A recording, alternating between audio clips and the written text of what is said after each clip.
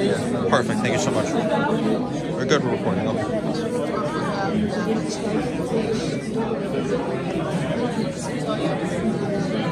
And then you're hosting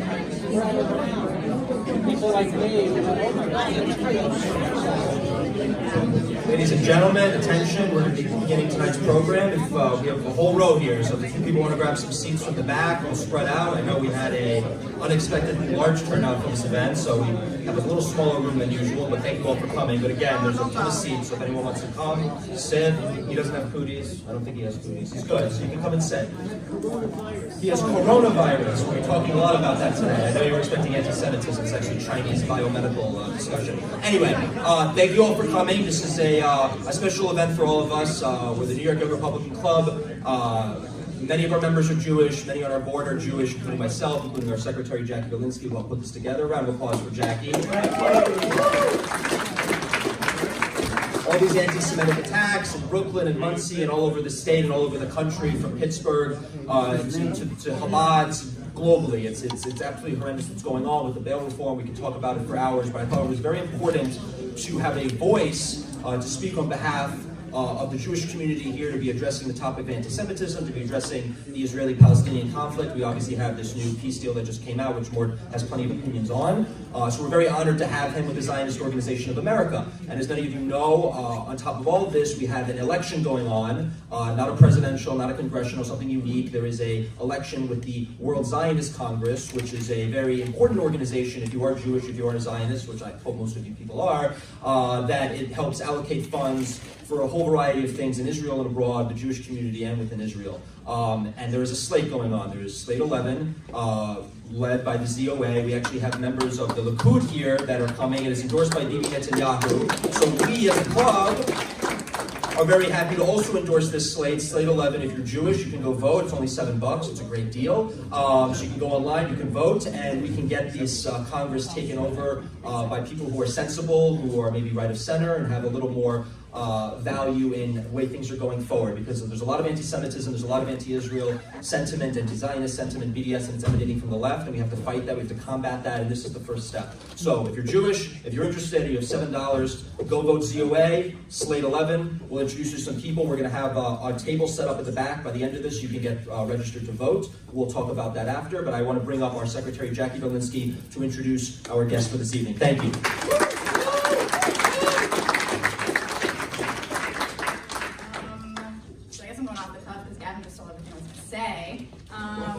So thanks everyone for coming. As Gavin mentioned, I'm secretary, I'm on the board.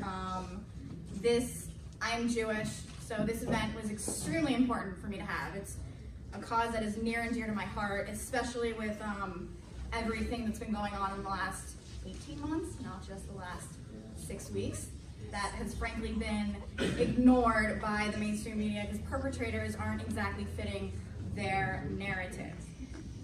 And Mort Klein is one of the few people that is willing to actually speak the truth about what's been going on, whether it's in regards to the anti-Semitic attacks or the Palestinian conflict, his opinions on how we resolve the conflict in the area. And ZOA is also an important institution itself. As a conservative, as a Republican, as a Jew, they are one of the few Jewish organizations that are supportive of our president and the policies that he is putting forth. So we are honored and privileged to have Mort Klein speak tonight on anti-Semitism, on the Palestinian conflict, on Israel, on Zionism, and I think that's it. So without further ado, Mort Klein.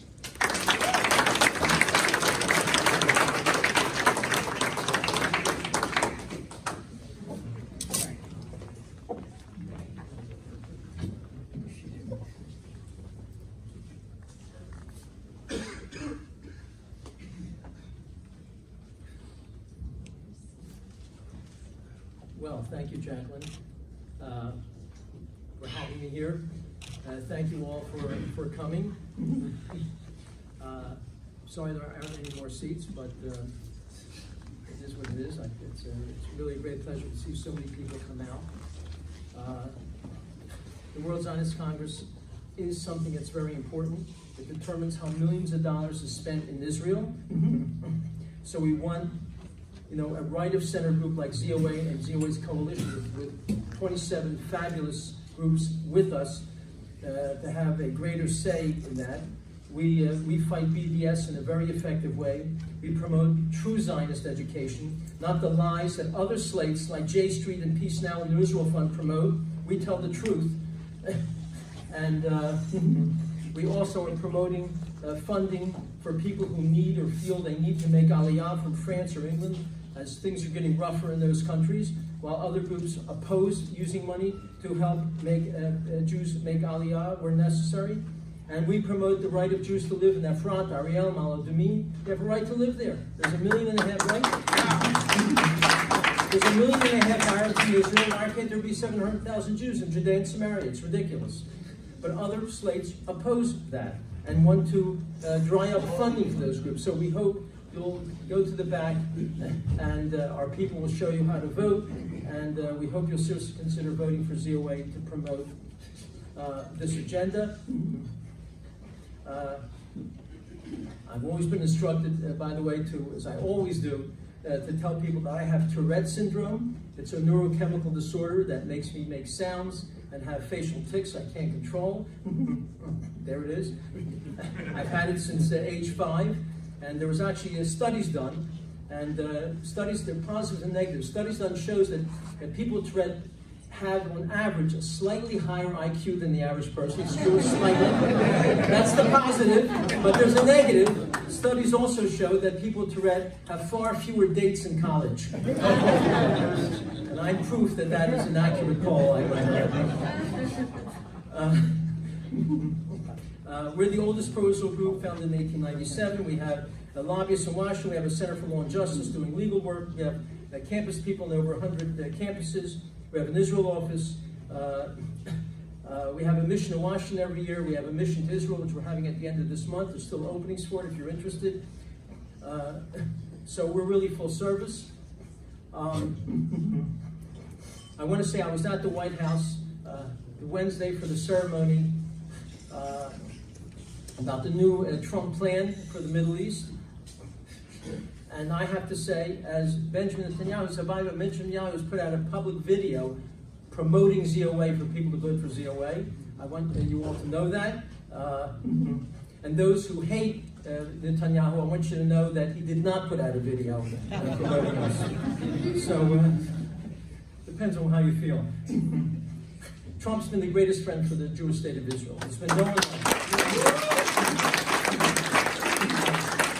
That has nothing to do with his tweets or what he call, how he with his name calling on occasion. In terms of policy, he's been extraordinary. He moved the embassy, the Israel embassy, the American embassy to Jerusalem. He recognized the Golan Heights, a very important area of land for Israel to maintain sovereignty forever. He got out of the United Nations Human Rights Committee. It was so viciously anti-Semitic. U.S. left, said we're not funding it anymore. He stopped funding UNRWA, promoting hatred, lies against Israel. He threw the PLO out of Washington. He's saying, we don't want you here, get out. He cut all the aid for Palestinians. That's $500 million of our tax dollars that was going every year. He cut it all because of their horrific policies such as paying Arabs to murder Jews. Yes, the Palestinian Authority pays Arabs to murder Jews. And the more Jews they murder, the higher their pension for life. And the pension, by was no mean pension. It's 5 times the average income of a Palestinian. It's an unbelievable policy. He ended the Iran deal, and he said, and he publicly proclaimed that it is legal for Jews to live in Judea and Samaria and Eastern Jerusalem. Well, isn't that nice? Jews are allowed to live in Judea. It's very nice. Thank you. And I'm taking up too much of my time for this preamble. But I wanted to say about the plan. I think I should say a couple of things about the plan. This reversed all other plans. This plan is peace for land. Now, I am not in favor of even really dreaming of giving any land away to a terrorist regime or setting up a terrorist state. That concerns me. But in this plan, the Palestinian Arabs get nothing until they do everything. Now, what does everything require in the plan? I read all 180 pages of it. It was all weekend. I almost missed the Super Bowl, but I stopped for that.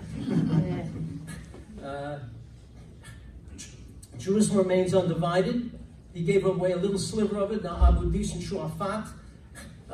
They have to pass laws ending the program to pay Arabs to murder Jews. They have to disarm all the terror groups, Hamas and others. Israel immediately is allowed to exercise sovereignty over all the Jewish communities in Judea and Samaria and the Jordan Valley. Jews will be allowed to pray on the Temple Mount. They're not allowed at this point. It's unbelievable. Jews will control all Jewish religious sites. No Jew will be uprooted from any of their homes. The 800,000 refugees that left Arab countries in 1948 and in that time have to be paid by the Arab countries for everything they left behind. That's part of the deal. The Palestinian Authority has to show that they promote and safeguard human rights for all people, have real courts, and have a real democracy. As you know, Abbas is serving in his 15th year of a 4-year term, hardly a democracy. They have to end all legal claims to all the UN and other legal groups against Israel. They have to publicly say, we accept Israel as a Jewish state, not as a state, as a Jewish state. They have to say that. They have to publicly say, we, the Palestinian Authority, are against boycotting Israel, against BDS. They have to publicly say that. That's part of the deal. And Israel will maintain overall security, even if there ends up being land given away, the entire borders of any Palestinian entity. Israel will have security control over all of it, and they have to end all claims. And Israel will not be allowed to build beyond what they already have for 4 years. So that land will remain possibly there for some sort of deal. So that's really the deal. At least it's very sensible for the first time saying you get nothing until you show you do all these things. So in a radio show, someone said, well, they're asking for extraordinary things from the Arabs. I said, extraordinary? If they do all these things, it'll just make them normal. Normal! That's all it does. What, to disarm terror groups? That's extraordinary. To stop paying Arabs to murder Jews? That's extraordinary. Imagine if Israel paid Jews to murder Arabs. Yeah. The whole world would know and the whole world would go crazy, as they should. And yet that's the case with the Arabs, and it's hardly known. It's hardly known. So this is really, people also say, well, Mort, aren't you upset? They're legitimizing giving land away to Arabs and legitimizing the possibility of a Palestinian state. And I say, Ehud Barak and Ehud Olmert has already offered them a state 4 times in the last 20 years. The Israeli prime ministers have already legitimized the possibility of offering a state and offering land. So that's already been done. You can't re-legitimize it. So anyhow, so that's, that took out a lot of time. That's what I wanted to say a little bit about what's been going on with respect to that. Now I want to talk a little about anti-Semitism. First of all, I'm actually nervous. I want everyone to know that I am the Don Rickles of the Jewish world. I offend everyone.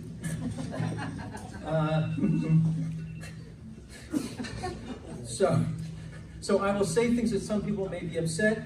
Please don't yell at me. Just nicely explain why I'm wrong. That's fine. That's what I say to my wife. Don't yell at me. Just say explain why I'm wrong. Don't yell at me, please. Anyhow, so I believe I can safely say that all of us here share a common concern for Israel. Most of us, if not all of us, and a fear of the rising scourge of anti-Semitism, of Jew hatred. Let's call it Jew hatred. That's what it is. It's Jew hatred. And let me make clear, Jewish lives also matter. We talk about other lives mattering, Jewish lives matter, and Orthodox Jewish lives matter as well. And during the Democratic presidential debates, there wasn't a single question about anti-Semitism and the horrors of Jew hatred.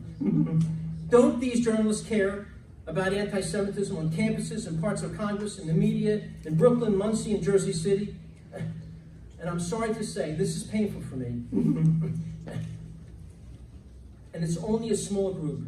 But every attack in the last few months against Jews in Muncie, Brooklyn, Crown Heights, Williamsburg, Jersey City have been committed by African Americans. It's just a small group of them. It's not the culture, the theme of all African Americans, but it has been all African Americans that have been attacking Jews. That's just a painful fact. And we need political leaders and Jewish leaders and African American leaders to start condemning these attacks. And by the way, that's begun. A number of important pastors, African American pastors, have condemned this and saying this is not the way African Americans should be acting. This is a disgrace, and we do not support it. We will ostracize you. This is not who we are. So I'm really thrilled that we are having important African American leaders, but we need more. We especially need African Americans in Congress, like Congressman Bass and John Lewis and others in Congress, to start condemning this. That has not happened. And as we know, by the way, anti-Semitism is not only a problem in Brooklyn, but it's a problem in other parts of our country and in Europe, and especially the Arab Muslim Middle East. It's growing. There's another problem that we're ignoring. It pains me to say, and I said this, by the way, when I testified before Congress in April, before the House Judiciary Committee, before Jerry Nadler. And when I started complaining about some aspects of what I'm going to talk about, Nadler banged down his gavel and tried to stop me. I'll mention that in a moment. The problem we're ignoring is that 34% of Muslims, according to the major Pew polls and other major polls, are anti-Semitic. 49% of Muslims around the world are anti-Semitic. I'm only citing major respected polls of this painful fact. And when it goes to the Middle East, the Arab countries, 75 to 95% of the people of the Middle East, of the Arab countries, are anti-Semitic. This is a problem. We have to work to change this. It frightens me to say, now part of the reason for this is Muslim imams around our country, around the world, but our country. We have videotapes of Muslim imams in New York, New Jersey, North Carolina, California, Texas, and Pennsylvania, and elsewhere. They are videotaped preaching the genocidal Quranic hadith. They preach to come and kill the Jew who hides behind a rock or a tree.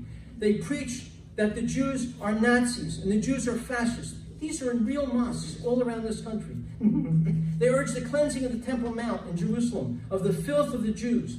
They urge turning Jerusalem and Palestine into a graveyard for the Jews. They say we must annihilate the Jews one by one. We have the videotapes. And Mahmoud Abbas, the Palestinian Authority, says similar things in his speeches. It is really frightening. Imagine if rabbis were saying this about Muslims or any other group. We'd go crazy. I'd be screaming against them. They should be isolated, condemned, they should lose their jobs. We have written to all of these mosques demanding of their boards to fire these imams. We got Congressman Brad Sherman, a liberal Democrat, happens to be from LA, to send letters with us demanding they be fired. Not a single one has been fired. And we have not been able to get any Jewish groups that I'm aware of, or any other politicians beside Brad Sherman, to join us. We should all be screaming about this promotion, vicious promotion of Jew hatred. Jewish leaders, political leaders, and Muslim leaders, prominent Muslim leaders, must condemn these imams. That is so important. And on campuses around the country, ladies and gentlemen, more and more Jewish students and others who support the Jewish state are excluded from various campus activities, excluded from positions on student boards, and are demonized and denounced and even physically attacked more and more. God, it's horrifying, on campuses. There's been a dramatic increase in support for BDS among students and faculty. And by the way, BDS is linked to 100 terrorist groups in the Middle East who work with SJP and other groups promoting BDS. There's been an increase on campuses in promoting violence against the Jewish state, destroying the Jewish state. Professors are more and more holding events condemning the Jewish state, urging boycotting Israel, lying, propaganda lies against Israel. A Columbia professor only last month, Joseph Massad, I'm naming names, promoted armed resistance against the Jews. A professor at Columbia urging violence, armed resistance. What the hell is this? Why haven't the board members of Columbia, and we've talked to them, demanded that he be fired or condemned or ostracized? And it hasn't happened. The Jewish groups, I'm not aware of any of them that have made an issue out of Joseph Massad or in other universities where similar statements are made. When colleges around the country, from Columbia and NYU and City College to the University of Michigan, Berkeley, Students for Justice in Palestine, SJP, often with Hamas flags behind them, hold rallies, not only promoting BDS, but screaming at these rallies around the country. And these are mostly Muslims. That I have to say there are some Jews who are members of SJP. Yes, they've been convinced of negative lies against Israel. I'll talk about that in a second. In these rallies, they scream. They scream, Jews are baby killers, Jews are racists, Jews are white supremacists. Get off our campus. We must destroy Israel. Jews get out of America. Long live the terror war against Israel. Jews support genocide against the Arabs. I love this genocide line. You know, in 1948, there were about 50,000 Arabs or so around the country of Israel. Today, there's about 2 million. Whoever is in charge of the Israeli genocide program must be fired immediately. He's incompetent, or she's incompetent. It's not working. I mean, what kind of nonsense is this genocide? It's just ridiculous. I mean, there's been a dramatic increase in the number of Arabs living in Israel and around Israel.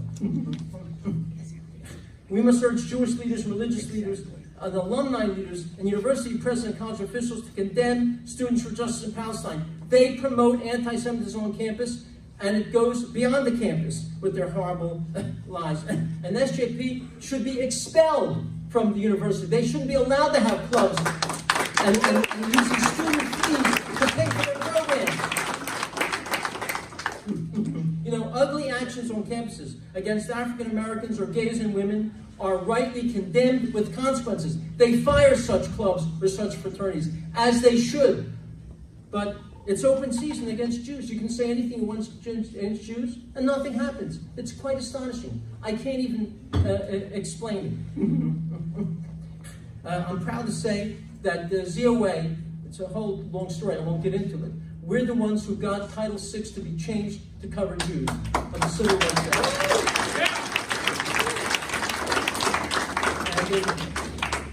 Among the universities we sued under Title VI was the University of North Carolina and Duke, and in the last month, both of them settled out of court with us. Now, the university has to make statements against Jew hatred. They have to have training in classes and have meetings with students and faculty about Jew hatred. The government now, the Office of Civil Rights, monitors now Duke and UNC for 2 or 3 years. And they can visit, they can interview professors and students, they can demand information. Now they're on notice, UNC and Duke. And other universities have now gotten the message, and they're very nervous about this now that we've won these cases at UNC and at Duke. So things are changing. And by the way, Donald Trump, the president, issued an executive order strengthening Title VI.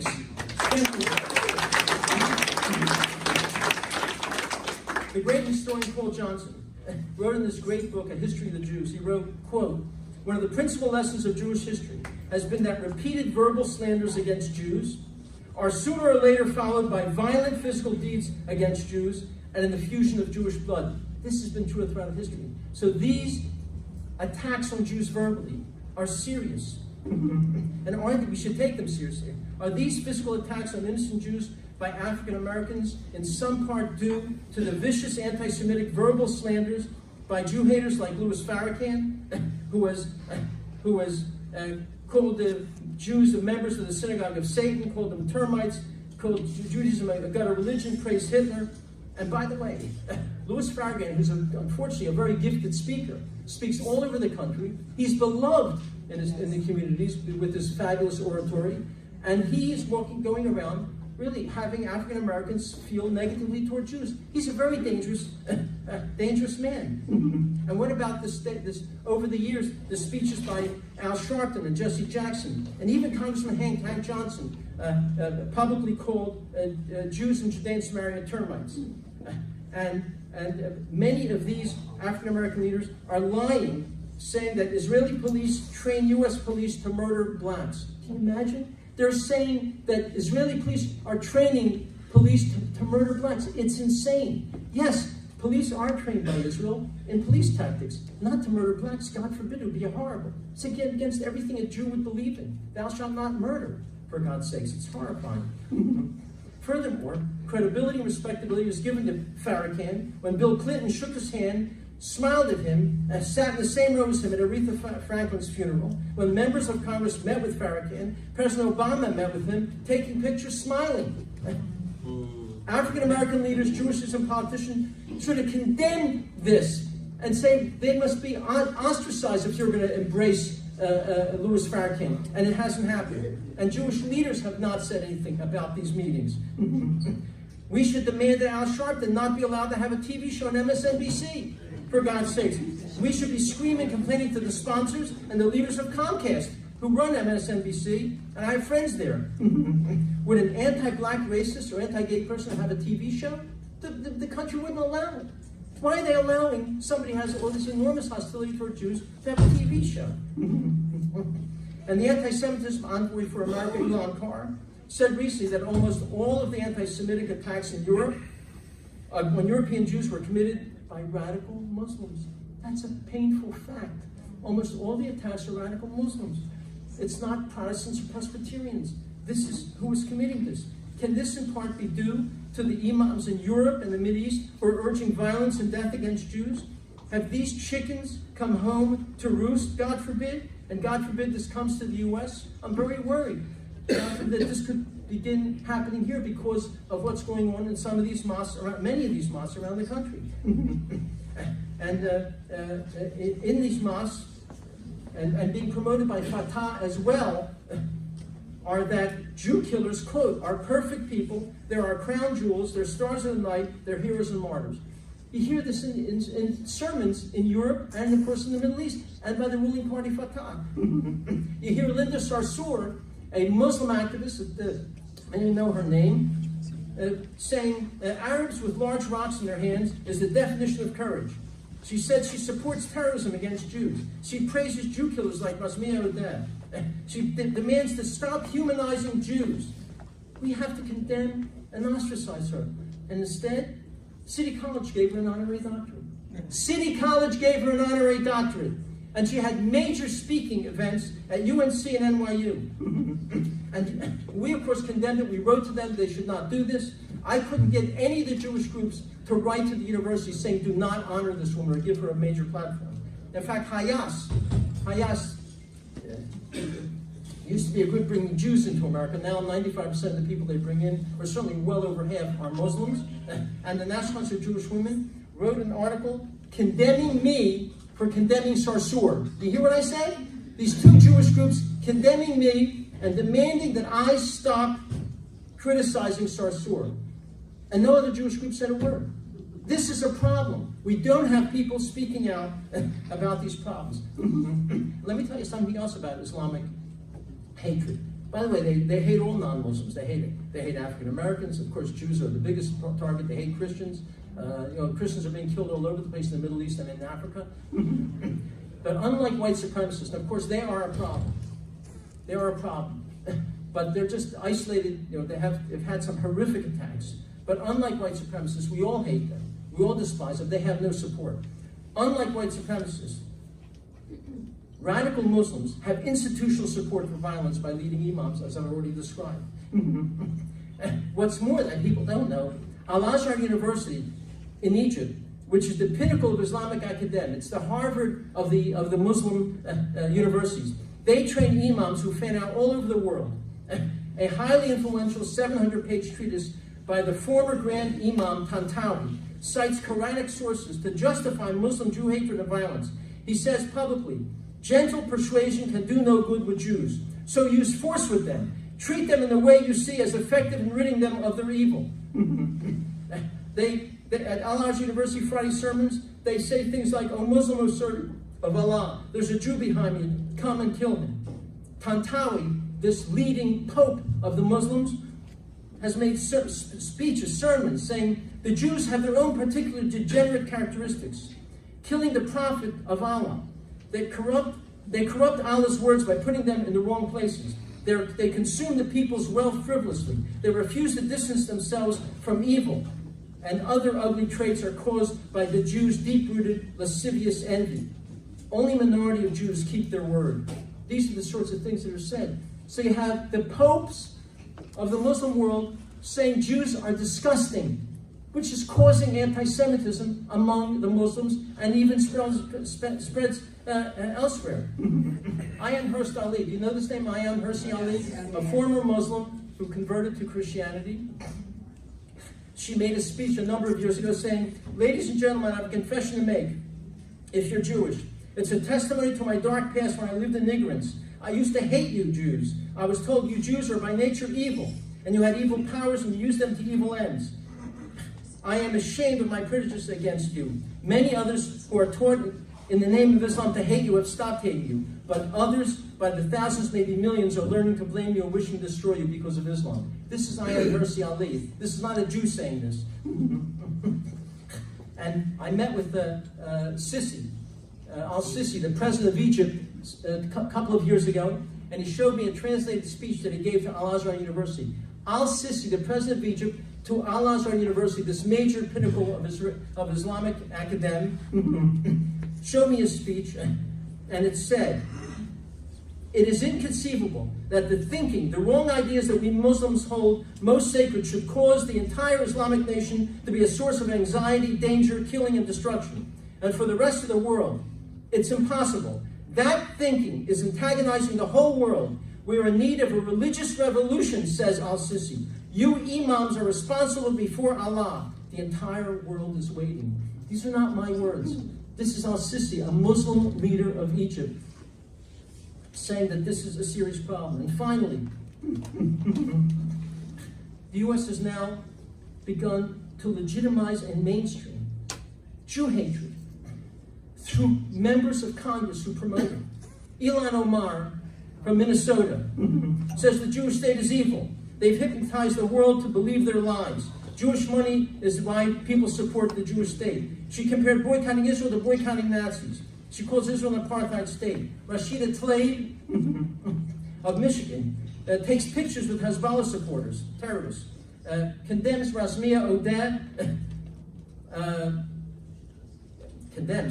praises her, a Jew killer, demands that all aid should be stopped to Israel. AOC also, the Queen's congresswoman, supports Arab rioting against Jews, says Israelis are white supremacists, Jews commit massacres in Gaza.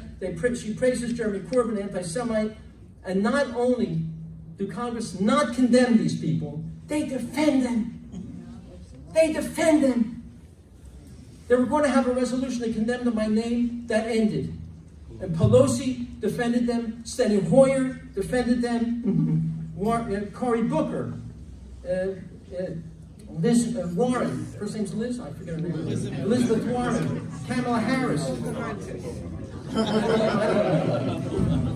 Is she still in the race?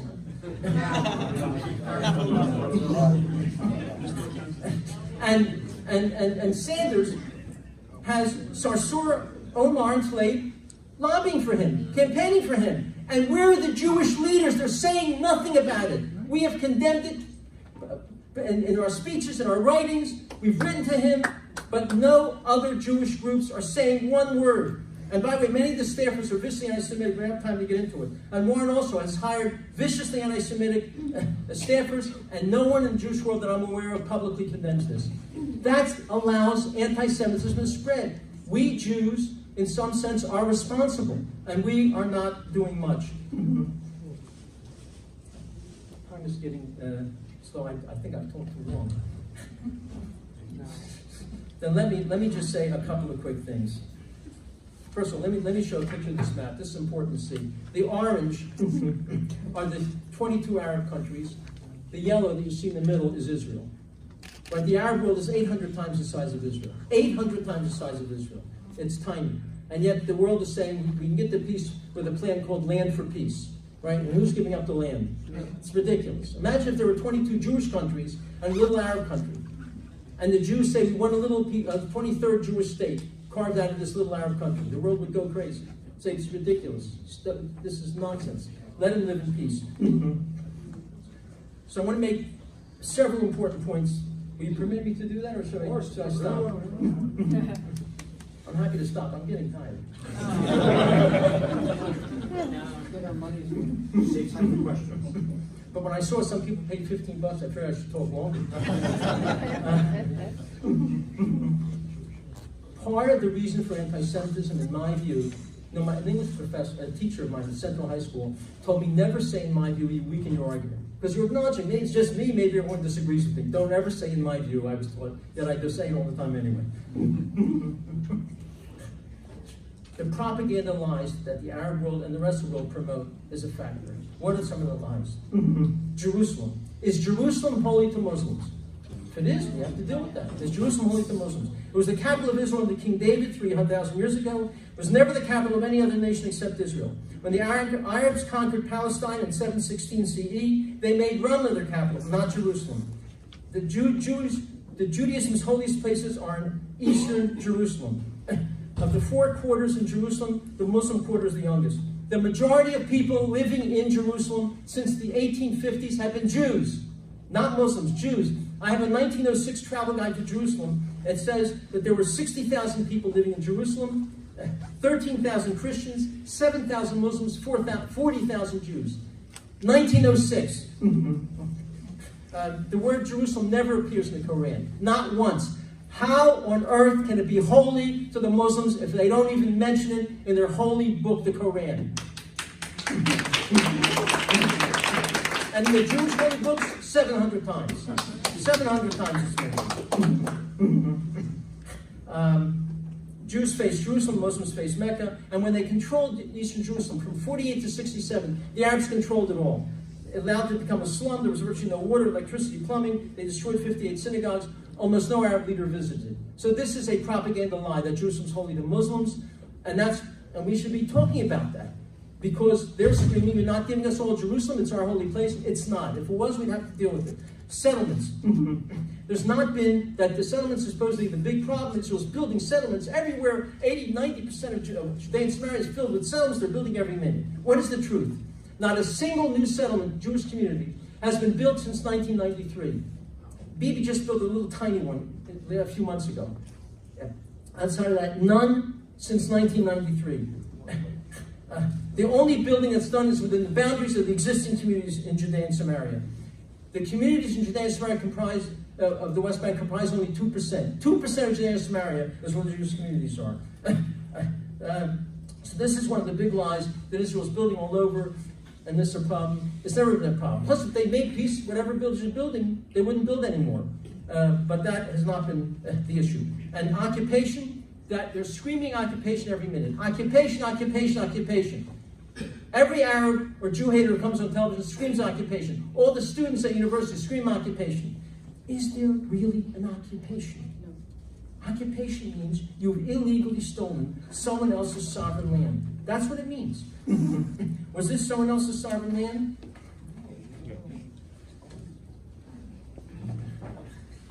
This is going longer than I thought. All right. No pressure. Good time. This is original Palestine. All this area was original Palestine. The Balfour Declaration, England legally controlled this area and said we're going to give all this for a Jewish state. In 1922, they temporarily gave 80% away to Transjordan, which became Jordan. That was temporarily in 1922-23. In 46, it became final, and they actually got 80% of Palestine done. In 1947-48, Resolution 181, which planned to have a real two-state solution, half of the rest of Palestine, remember 80% has already been given away, half of the rest would go to the Jews, half would go to the Arabs. The Jews said okay, and the Arabs said no, and 6 Arab nations invaded. So when they said no, it was no longer their land, because they said no. If they said yes, it's their land. They said no. And Jordan illegally occupied Judea and Samaria and eastern Jerusalem, illegally, never recognized by the UN, and Egypt illegally occupied Gaza. So of course, there's no illegal occupation whatsoever. In fact, if it's really an Arab country, why did they use the word Palestine? That's a Roman name. It's not an Arab name. How can it be their land if they decide to call it Palestine? Because it's a Roman name. The Romans renamed it from Judea and Samaria to Palestine because the biggest enemy of the Jews were the Philistines. And most importantly, Israel's already given away 40% of Judea and Samaria, 100% of Gaza. That's where 99% of the Arabs live. They live under their own rule now. The only difference between that and sovereignty, frankly, is Israel has the control of security because of terrorism. They have no choice. And the Palestinians have their own parliament, their own schools, their own textbooks, their own newspapers, their own radio, TV, businesses, and police force. They have all that. I'm skipping, my God, geez, what a long speech I put together here. let me just say this. Do they really want peace? This is the type of things they do. They have beautiful Palestinian girls say, what could be better than going to paradise? Promoting suicide bombing on Arabs' TV. These beautiful Arab children have been inculcated, brainwashed, to hate Jews so much, to think it's a mitzvah, it's a holy thing to kill Jews and go to paradise. This is what they promote. And when an Arab, when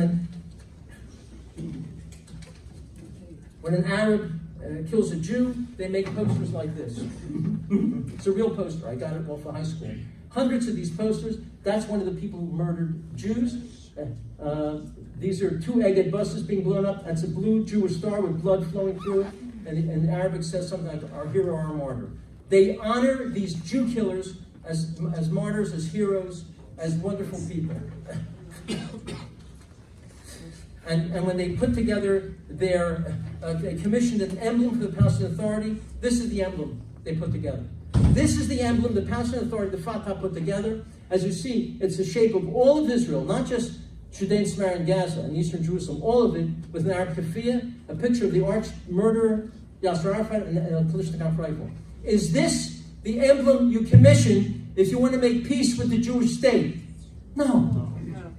This proves what they're after, and it's all of Israel, and that's why nothing has worked. And finally, they say just set up a state, as this last plane even states, and things will be solved.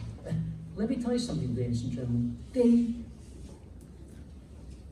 Fatah and the Palestinian Arabs have something in common with me, Mort Klein. Neither of us want a Palestinian state. How's that? How can I prove that? They were offered a state in 1937, the Peel Commission. On 95% of the rest of Palestine, 95-5, they said no. 1947, Resolution 181, the UN split it in half, they said no.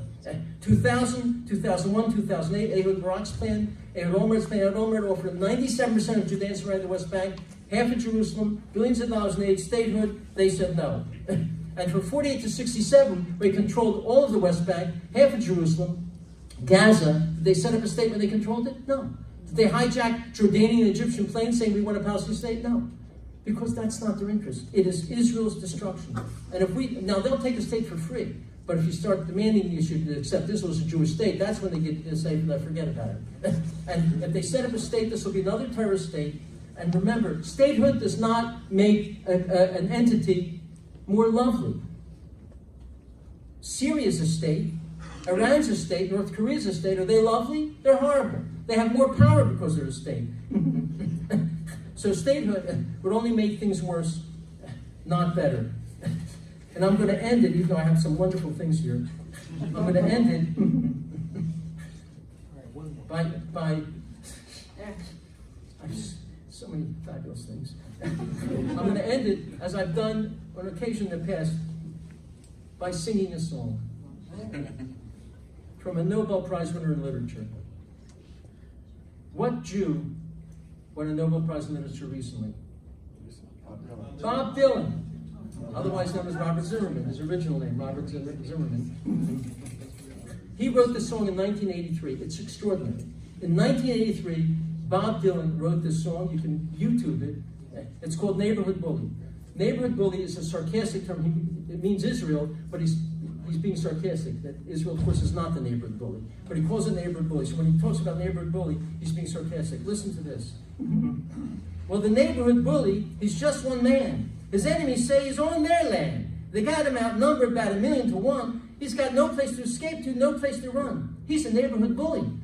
The neighborhood bully just lives to survive. He's criticized and condemned just for being alive. He's not supposed to fight back. He's supposed to have thick skin. He's supposed to lay down and die when his door is kicked in. He's the neighborhood bully.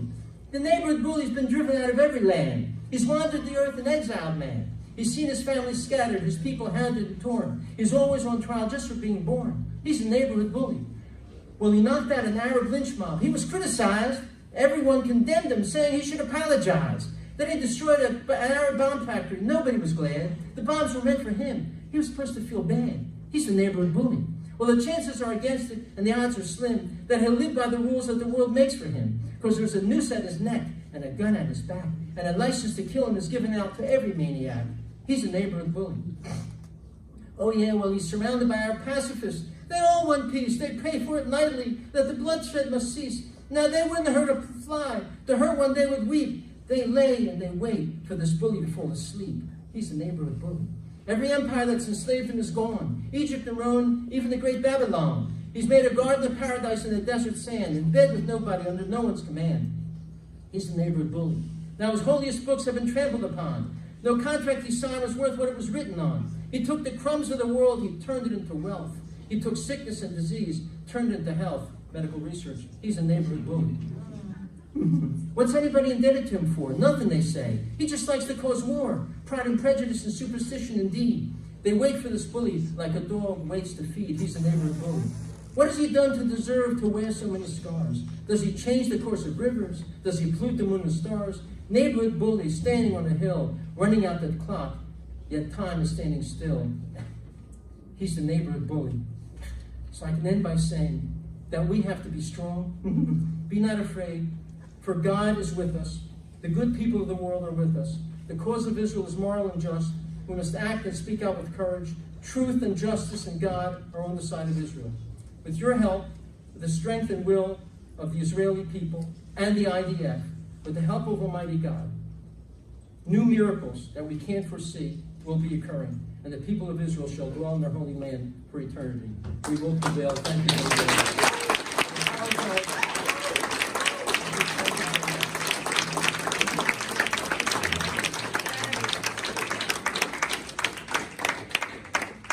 All right, guys, we're going to do a few questions. It's going to be moderated. And we're going to pass the mic around. No monologues. We'll take it away, and we'll take it from there. All right, so anyone with a question, just raise your hand. I'm doing the calling? Oh, That's all right. With this gentleman? Oh, I'm sorry. yeah, I'm just bringing the mic. I apologize. You're next. Not too long ago, many of us saw that post of children in Philadelphia singing and saying poems about chopping off the heads of Jews. That's right. I'm very worried, like everybody, about faith-based hate, and that can debauch in the morals of children.